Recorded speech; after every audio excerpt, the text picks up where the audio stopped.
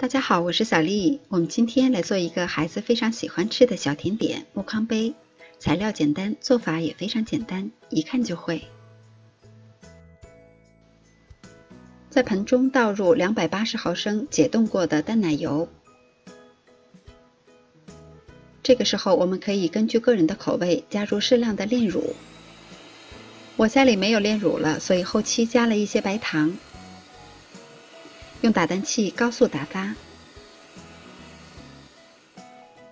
一直打发到淡奶油明显的膨胀。我们提起打蛋器以后，像固体一样不会消泡就可以了。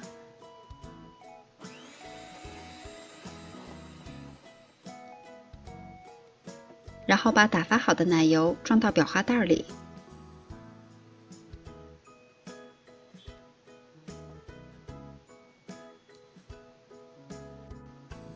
准备几个大小合适的杯子，我准备的是奥利奥粉末，这样吃上去口感会更加的细腻。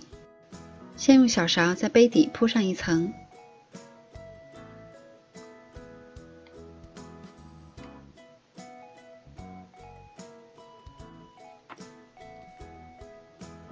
把裱花袋前面剪开一个小口，然后像这样挤上一层淡奶油。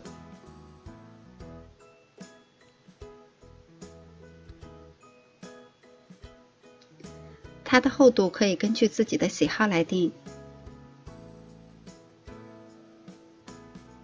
然后再铺上一层奥利奥碎，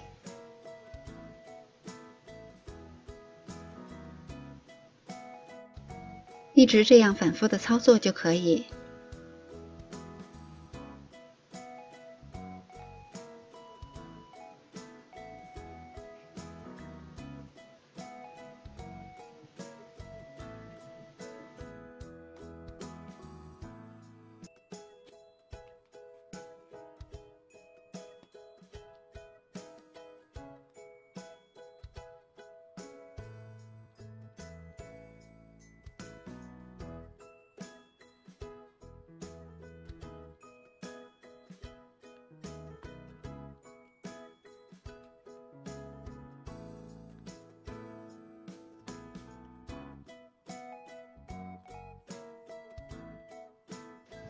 装到杯子的8分满了以后，上面再厚厚的铺上一层奥利奥碎，这样香甜又好吃的木糠杯就做好了。